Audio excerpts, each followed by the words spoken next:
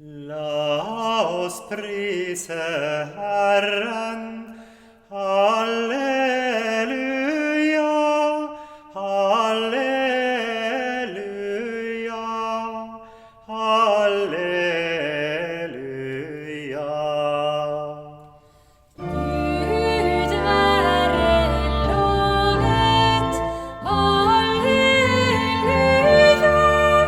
halleluja, halleluja.